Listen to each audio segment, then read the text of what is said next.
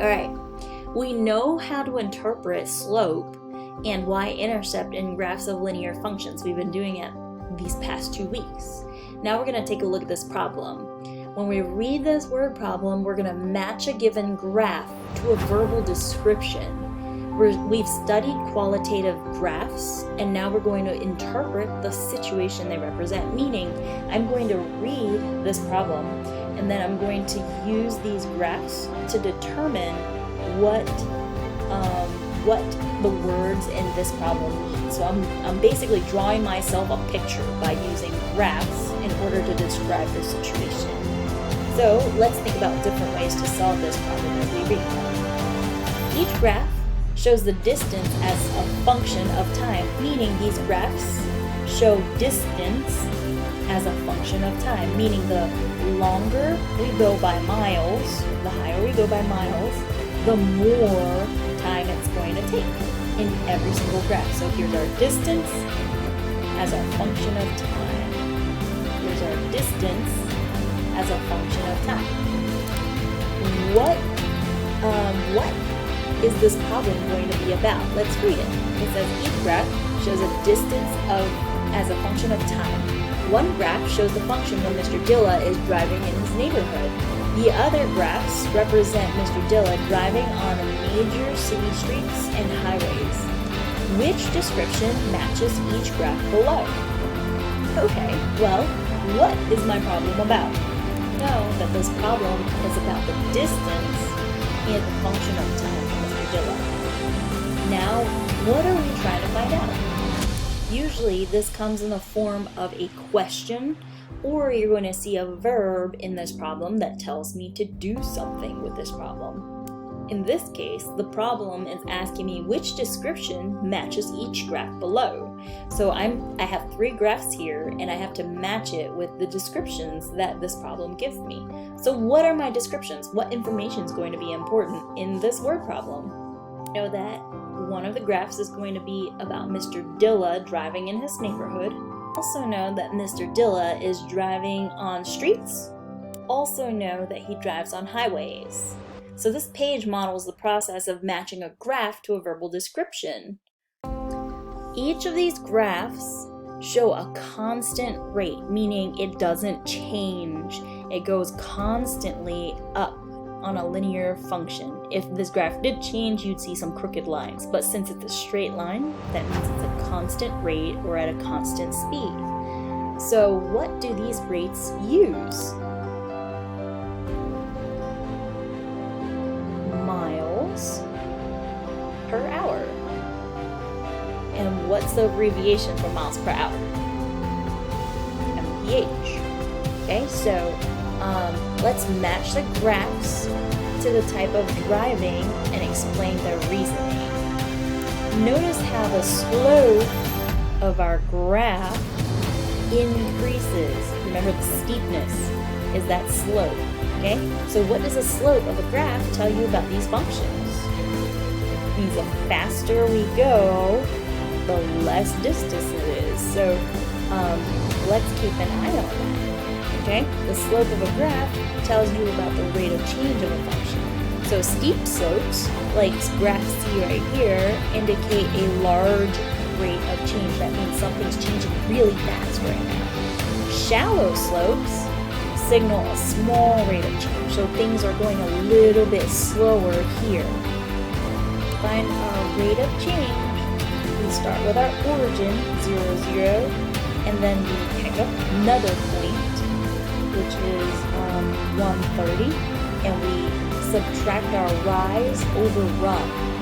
Okay, so in this case, 30 minus 0 gives me 30, and 1 minus 0 gives me 1. So my rate of change here, my slope for graph A, is 30. Let's look at graph B.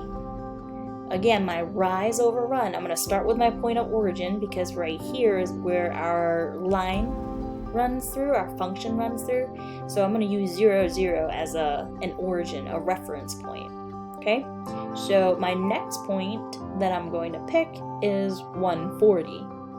So again, the change of y is 40 minus 0, and my change for x is 1 minus 0. That means I went up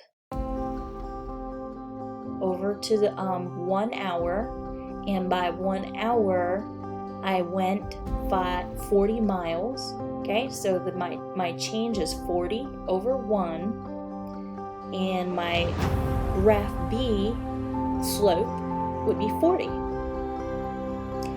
Here in graph C, my slope would be 60 because my rise over run is my 60. Okay, my two y's, my y2 is 60, my y0, or my y1 is 0, my x2 is 1, my x1 is 0, so 1 minus 0 is 1, 60 minus 0 is 60. 60 divided by 1 gives me 60. So my slope for graph C is 60. That means in all three graphs, the slope represents speed in miles per hour.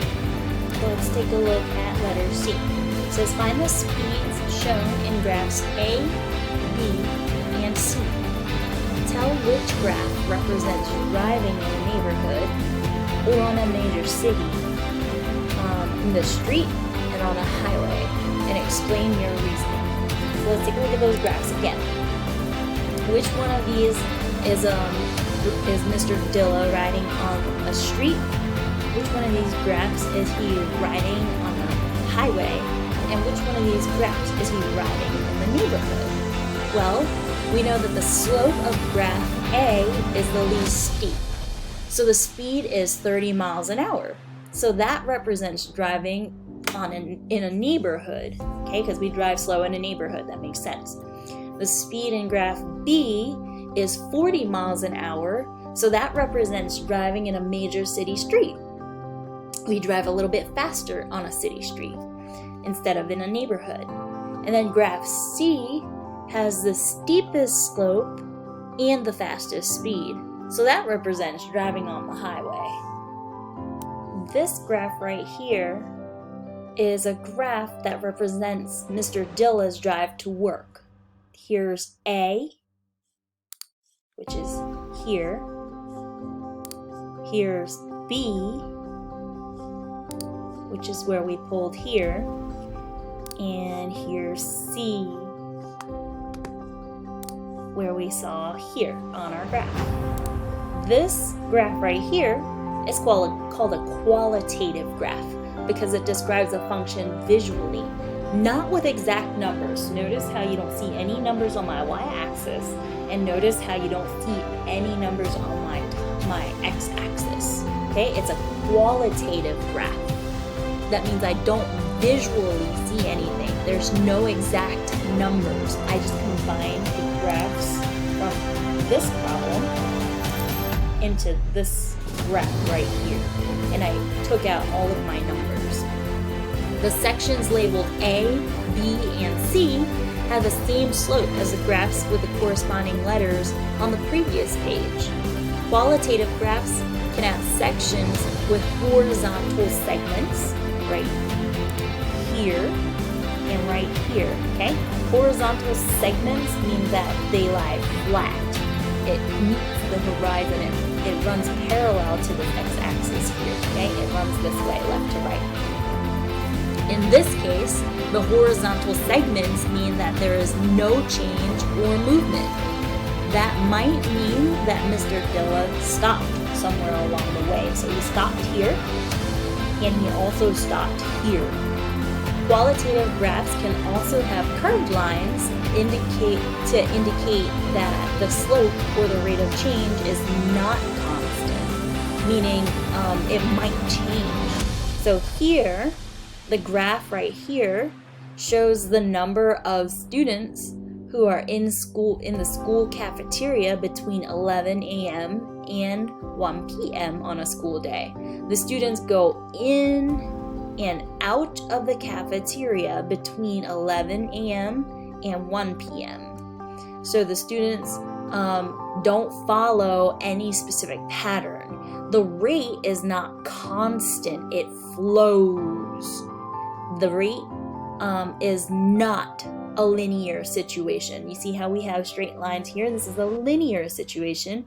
Here, we don't have a linear situation. The graph shows the following, that the number of students in the cafeteria builds gradually until about 12. Again, there's not much numbers on my qualitative graph. Okay, so until about 12, I'm giving an estimate here. And then between 12 and 1 o'clock, the number of students in the cafeteria decrease gradually. So let's take a look at this graph right here. Okay, this graph represents a person tossing up a basketball and letting it bounce on the ground. Describe how the graph represents the situation. Notice how Mr. Dilla's distance in his driving is at a constant speed. Okay? Every time there's a constant speed, you're going to see somewhat of a straight line. Okay? That includes these two horizontal segments. They're all a constant speed. There's no curve to it. They're just straight, jagged lines. Notice on our horizontal segments, that time is still increasing, but that distance stays the same. So that means that Mr. Dilla's position is not changing for some period of time. So in other words, he's not moving at all. And let's take a look at that cafeteria graph. Okay?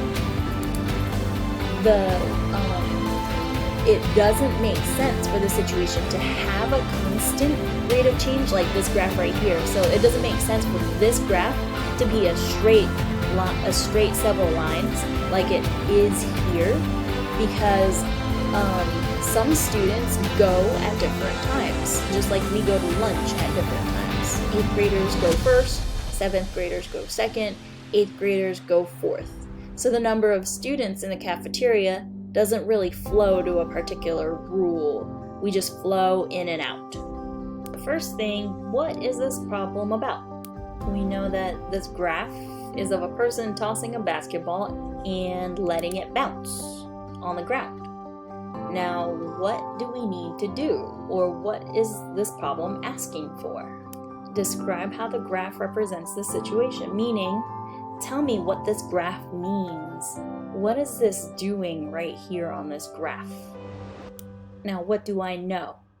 I know that this graph is telling me that the ball keeps bouncing off the ground and reaching a lower height every time we bounce. Okay, so this is the ball's bounce, their distance from the ground, and it's cool because visually I can really tell that it's bouncing because of how high it goes from like the distance when it bounces, and then it drops. So here I'm holding the ball, I'm letting it bounce, which it increases, then it decreases. Then it increases again, then it decreases. Notice how over time the ball decreases their height in bounce.